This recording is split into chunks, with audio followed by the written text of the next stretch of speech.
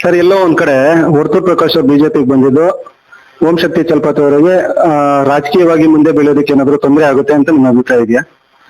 ಇಲ್ಲ, ಈಗಾಗ್ಲೇ ಅವ್ರು ಬಂದು ಎರಡೂವರೆ ವರ್ಷ 3 ವರ್ಷ ಆಗ್ತಾ ಇದೆ. ಅವರು 2 ಸತಿ MLA ಆಗಿದ್ದರು, 2 ಸತಿ ಒಂದ್ಸತಿ ಇದು ಏನು ಸಚಿವರಾಗಿದ್ದರು. ಅವ್ರದೇ ಆದಂತ ಬಳಗ ಇರ್ಬೋದು. ಆದ್ರೆ ಅವ್ರು ಬಂದಿದ್ದಕ್ಕೆ ನಾನು ಖುಷಿಯಾಗಿ ಕೆಲಸ ಮಾಡಿದ್ದೀನಿ. ನೀವು ಕೆಲಸ ಮಾಡ್ತಾ ಇದ್ದೀರಾ?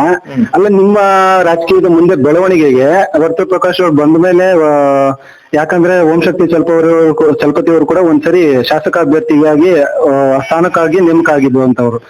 ಆ ವರ್ತೂರ್ ಪ್ರಕಾಶ್ ಅವ್ರು ಬಂದ್ಮೇಲೆ ಓಂ ಶಕ್ತಿ ಚಲಪತಿ ಅವ್ರಿಗೂ ಮತ್ತು ವರ್ತೂರ್ ಪ್ರಕಾಶ್ ಅವ್ರಿಗೂ ಸ್ಥಾನಮಾನಗಳಲ್ಲಿ ಸ್ವಲ್ಪ ಏರುಪೇರು ಆಗಿರ್ಬೋದು, ಅಥವಾ ವರ್ತೂರ್ ಪ್ರಕಾಶ್ ಅವರು ಬಂದ ಮೇಲೆ ಓಂ ಶಕ್ತಿ ಚಲಪತಿ ಅವರ ಕಾರ್ಯವೈಖರಿ ಅಥವಾ ಮತ್ತೊಂದು ಸ್ವಲ್ಪ ಜಾಸ್ತಿ ಆಗಿರ್ತದೆ. ಯಾಕಂದ್ರೆ ತಮ್ಮ ಸ್ಥಾನಕ್ಕಾಗಿ ನೀವು ಹೋರಾಟ ಮಾಡ್ತಾ ಇರ್ತೀರ, ಮತ್ತೊಂದು ಇರ್ತದೆ.